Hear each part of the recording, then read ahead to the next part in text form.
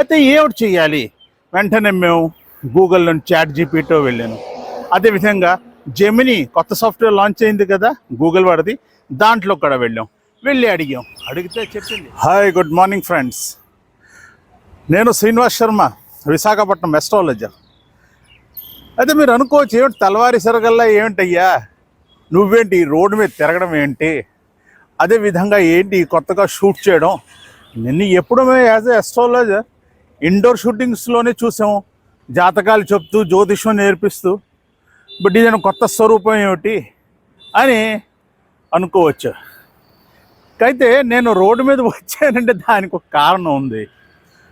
ఈ మధ్యన నా వైఫ్తో నేను మాట్లాడుతూ నేను అన్నాను, బోర్ అయిపోతున్నాను, ఏమిటి చేయాలో అర్థం కాదు, ఎక్కువ ఫిజికలీ పనిచేసే కెపాసిటీ కూడా లేదు మనకి, అదే ఏంటి చేయాలి అనేసి. అయితే తను అంది, ఏదో ఒక స్పిరిచువల్ యాక్టివిటీ చేస్తే బాగుంటుంది. మీరు 7 సంవత్సరాలు హిమాలయాస్లో కూడా ఉన్నారు, అక్కడ కూడా జపతపాలు చేశారు, మీరు చాలా ఆశ్రమాల్లో కూడా ఉన్నారు, జ్యోతిషం కూడా నేర్చుకోరు. వీటికి సంబంధించింది సొసైటీకి ఏంటంటే ఉపకారంగా అనిపించేది, సొసైటీకి బెనిఫిట్ అనిపించేది ఏమైనా యాక్టివిటీ చేస్తే బాగుంటుంది అంది. అయితే ఏమిటి చేద్దాం అనుకున్నాం. తను చెప్పింది, మీరు నాకు ఒక విషయం చెప్పండి, మీరు కాశీ ఎప్పటి నుంచి వెళ్తున్నారు?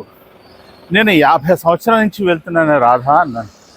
అయితే తను అంది, మరి మీరు 50 సంవత్సరాలు పెట్టి వెళ్తున్నారు కదా, అక్కడ చాలాసార్లు మీరు కొన్ని నెలల కొద్దీ ఉండిపోయారు.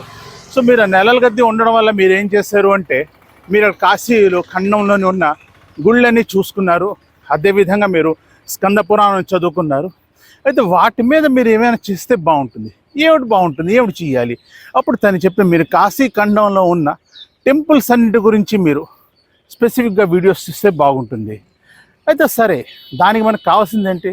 తను చెప్పింది, మీరు ఇప్పుడే కానీ ఇలాగే వెళ్ళిపోయి వీడియోలు చేస్తే మీ వీడియోలు ఎవరో చూడరు. టెక్నాలజీ చాలా మారిపోయింది. జనాలకి ఇంట్రెస్టింగ్గా ఉండాలి అంటే ప్రాపర్గా ఫోటోగ్రఫీ, ఆడియో, ఎడిటింగు, దాని తర్వాత స్పిరిచువల్ బుక్స్లో వాటి గురించి ఏంటి రాశారు, వాటి వల్ల ఆ గుళ్ళుగా తాను దర్శనం చేస్తే, కాశీ దర్శనం చేస్తే, గంగా దర్శనం చేస్తే ఏమిటి లాభం అవుతుంది, వీటన్నిటి మీద మీరు రీసెర్చ్ చేసి వీడియోలు వేస్తే జనాలకి చాలా ఉపయోగపడతాయి అన్నారు తను. అయితే సరే, కాశీ వెళ్ళిపోతాను. అలా కాదండి, కాశీ వెళ్ళిపోవడం కాదు, దానికి మీకు కావాల్సిన ప్రిపరేషన్ చేయాలి. అయితే ఏమిటి చేయాలి? వెంటనే మేము గూగుల్లో చాట్ జీపీటీ వెళ్ళాను.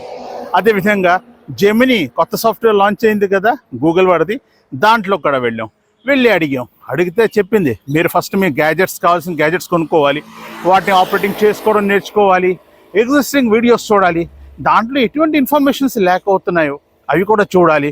అవన్నీ మీరు చేస్తేనే అప్పుడే జనాలు వీడియోలు చూస్తారు, వాళ్ళకి ఉపయోగపడుతుంది. అంతేగాని ఏదో చేసేసాం, ఏదో వేసేసాం, దానివల్ల లాభం ఏం లేదు. అయితే సరే, దాని గురించి వర్కౌట్ చేయడం మొదలుపెట్టాం. అయితే ఇప్పుడు మీకు అనిపిస్తుంది, వీడు కాశీ ఎప్పుడు వెళ్తాడయ్యా? అదొక పెద్ద సమస్య మీకు చెప్పాలంటే. ఎందుకంటే ఇవాళ రోజు ఇప్పుడు నేను ప్రస్తుతం ఉంటుంది విశాఖపట్నం. ఈ విశాఖపట్నం నుంచి కాశీ వెళ్ళాలంటే ఒకటే ట్రైను, అది కూడా వారంగా 2 రోజులు. అది 3 నెలల ముందు ట్రైన్ బుక్ అయిపోతుంది, అసలు రిజర్వేషన్సే దొరకవు. ఈ ఎండాకాలం మే లాస్ట్ వీక్ టెంపరేచర్ 38 degrees ఉంటుంది. బట్ ఇటువంటి దాంట్లో మనం స్లీపర్లో వెళ్ళలేమా? మనకేంటంటే రిజర్వేషన్ దొరుకుతుందా దొరకదా? రిజర్వేషన్ అయితే దొరకదు, అదే కన్ఫర్మ్ అయిపోయింది. అయితే ఇంతకీ నేను ఎలాగ వెళ్తాను? నేను ఏంటంటే గ్యాజెట్స్ కొనుక్కున్నాను. నా ప్లాన్ ఏంటి? అక్కడ ఎన్ని రోజులు ఉంటాను? అసలు శాశ్వతంగా ఉండిపోవచ్చు కదా అక్కడ కాశీ, ఎందుకంటే మా అమ్మ ఉంది, చెల్లింది అక్కడ, సో నేను కూడా అక్కడ ఉండిపోవచ్చు కదా అన్న ఆలోచన కూడా బుర్రలో ఉంది. అయితే ఇవన్నీ ఆలోచిస్తూ నేను రోడ్డు మీదకి వచ్చాను. రోడ్డు మీదకి వచ్చి ఒక ఐడియా వచ్చింది. సరే, అన్నిటికంటే ఫస్ట్ నా ఫ్రెండ్స్ తోటి నేను ఫస్ట్ షేర్ చేసుకున్నాను. ఏంటంటే, నేను ఈ విధంగా ఒక కొత్త ప్రాజెక్ట్ లాంచ్ చేస్తున్నాను, మీరు మీ ఐడియాస్ షేర్ చేయండి, ఎలాగ చేస్తే సొసైటీకి చాలా బెనిఫిట్గా ఉంటుంది, ఎటువంటి వీడియోస్ చేయాలి, ఎలాగ షూట్ చేయాలి, మీకున్న నాలెడ్జ్ మీరు నాకు షేర్ చేశారంటే I will be very thankful to you అన్నాను. ఆ ఫ్రెండ్స్లోని మీరు కూడా ఒకరు.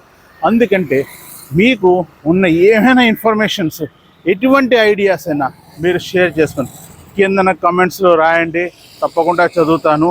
అవి చదివేసి ఉండరా, కాలలో పిల్లి అంటారు చూసారా, ఇదిగోటి కాలలో పిల్లి, ఇదిగోటి దీన్ని అంటారు. సో ఈ విధంగా లైఫ్లో చిన్న చిన్న ఇష్యూస్ వస్తుంటాయి, కానీ వాటిని మనం సాల్వ్ చేసుకుంటూ వెళ్ళిపోవాలి. ప్లానింగ్ ఎంత చేసినా క్రైసిస్ మేనేజ్మెంట్ అన్నది ఎప్పుడూ ఉంటుంది. ఎందుకంటే అనుకోకుండా ఏ ప్రాబ్లమ్స్ వస్తాయో అయితే ప్రిపరేషన్ చాలా అవసరం. నేను ఏంటని ప్రిపేర్ చేశాను, ఎటువంటి గ్యాజెట్స్ కొన్నాను, ఆ గ్యాజెట్స్ని ఎలా ఆపరేట్ చేసుకుంటాం, వాటి తాలూకు ట్రైనింగ్ ఎలా చేశాను, అసలు మొత్తం ప్రాజెక్ట్ ఎలా లాంచ్ అవుతుంది, ఎన్ని వీడియోస్ అవుతాయి, ప్రతిదీ మీకు నెక్స్ట్ వీడియోలో చెప్తాను. అప్పటిదాకా సెలవేయండి. Have a good day. Thank you. Bye.